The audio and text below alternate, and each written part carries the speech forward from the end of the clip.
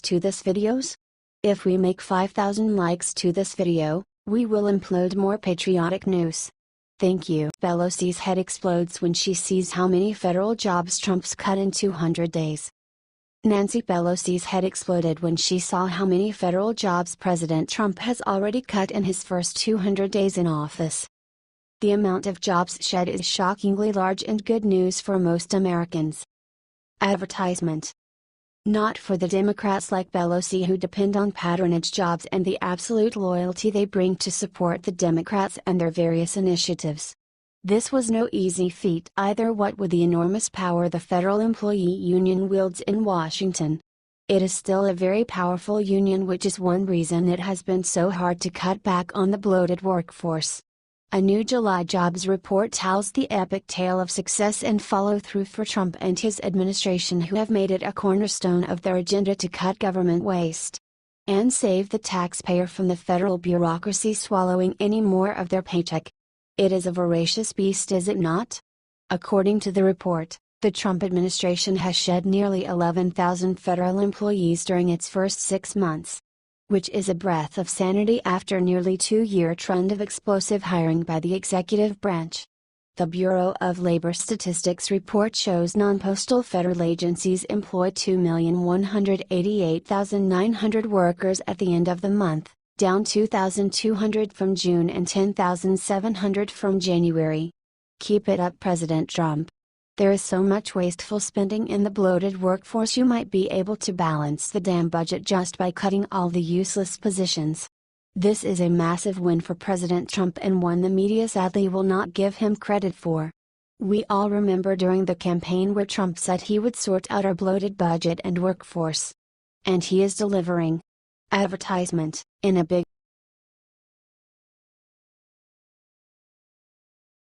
breaking, Rex Tillerson makes historic deal with Philippines that has terrified.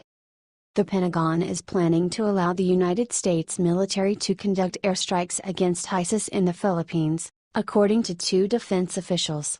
NBC News reports, the authority to strike ISIS targets as part of collective self-defense could be granted as part of an official military operation that may be named as early as Tuesday, said the officials.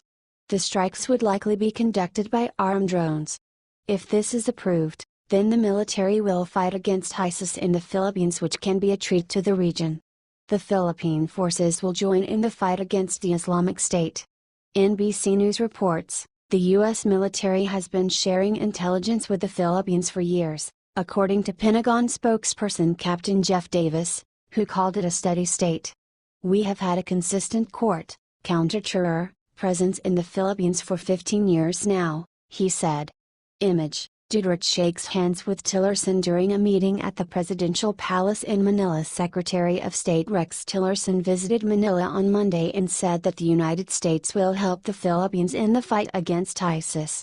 The U.S. team of Special Operations Forces, based in Zamboanga, will continue to provide intelligence and logistical support to the Philippine government in the fight against the radical militant group called the MAOT Group, which is connected with the Abu Sayyaf terrorist organization and the group known as IS in the country's southern part of the country.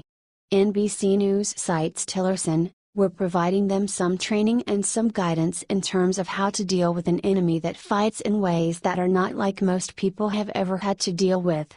I see no conflict at all in our helping them with that situation and our views of other human rights concerns we have with respect to how they carry out their counter-narcotics activities. More troops will be needed in order to retake Milwari from Islamic control. ISIS must be defeated."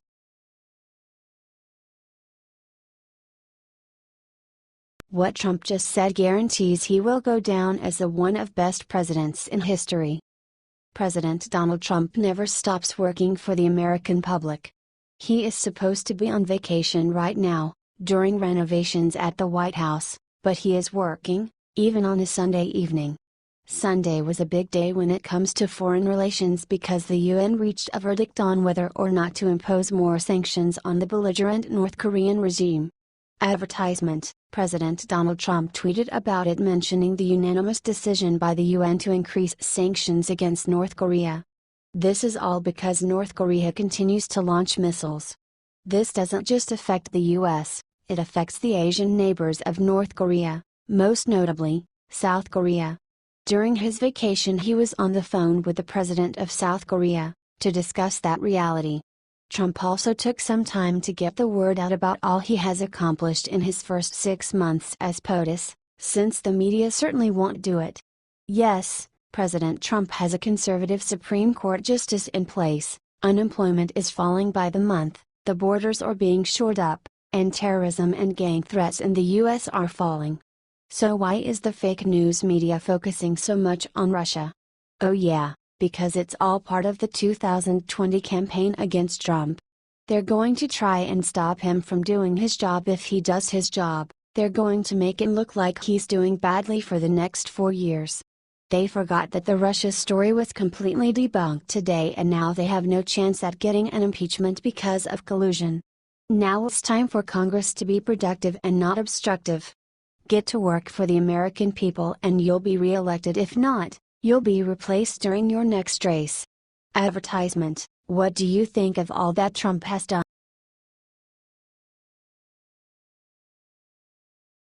Right after suing Trump, Rahm's busted siphoning off $55 million in massive scandal.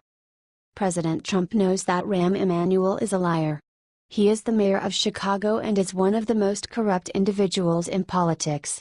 He is one in a long line of corrupt Chicago mayors. The lawsuit that Rahm Emanuel brought against the Dodge is clearly a fake. His fake lawsuit against the Dodge's promise to pull funding from sanctuary cities is a distraction from the $55 million scandal in Chicago that hit airwaves last week. Advertisement: the aldermen of Chicago and city officials have called out Emanuel of redirecting $55 million into funds that were designated to aid the poor, and mostly black portion of Chicago's South Side. He instead rerouted the tax funds and no one noticed because it wasn't disclosed on the tax bills. What happens in Chicago, stays in Chicago.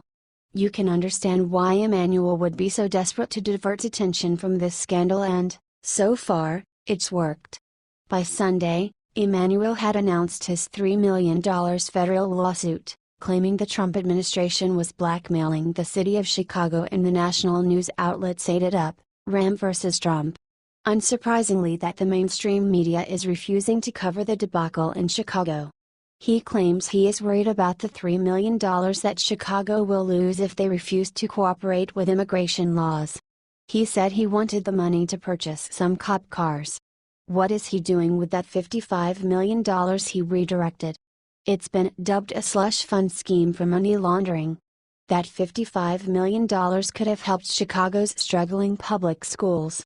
It could have purchased those police vehicles Rahm says he's so concerned about, or put more cops on the street. Chicago ended July with more than 400 murders, putting the city on pace to exceed the number of killings in 2016 with 781 homicides. Lord knows Chicago could use more cops.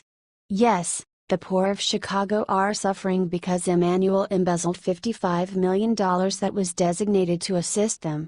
Advertisement: should Trump sue him?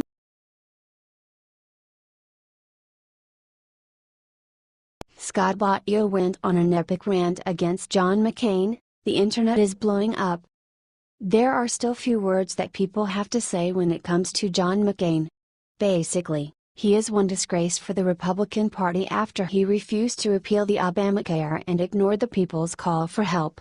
After this fiasco, many people want him out of politics for good because he indeed cares only for himself and ignores the American citizens. Arizona, the country he represents, deserves something way better, and indeed a smarter choice is going to happen very soon. Wonder why? Well, Trump is not like the other previous presidents, and he for sure hates liars and tolerates zero of them. John McCain is a liar and will be remembered as a liar. Trump is supported by many people and people actually listen and trust him, unlike McCain, so basically, McCain will be soon out of the picture. For example, TruthFeed enlightened us with this big Trump supporter and his message towards McCain. Actor Scott Baio is not here for McCain, and he called this man a liberal hack and not a hero, which is correct. We all agree with Scott, and we all think that McCain is not a hero at all. I mean, he basically put a knife in Trump's back. A knife in the back of the only person who actually cares about this nation and its people. Repeal Obamacare and then few seconds after please repeal and replace McCain.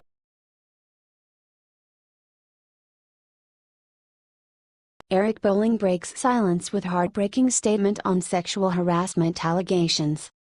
Fox News and Bolling are in deep water right now. Another sexual allegation is on their shoulders, and once again the nation is confused because nothing is proven and we do not know the truth.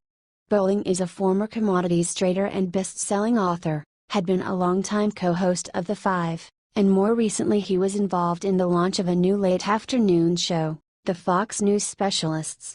But, sadly, he was accused of sexual harassment by Carolyn Heldman. Now, even 2 employees accused him of sending a lewd picture to them, reports Sidger. No one should be claiming this sort of thing without presenting solid proof. That is why this case is weird and there is a possibility of a conspiracy.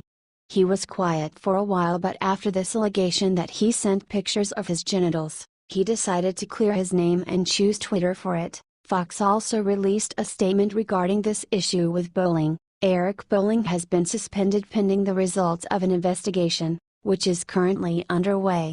Many people do not know what to believe when it comes to this case. So many of them think that Carolyn is a Democrat and purposely is doing this and targets the Republican host. There is no evidence present at the moment, so anything is possible. Some even say that this is revenge towards Fox because allegedly they ignored her and refused to give her the position she wanted at the network.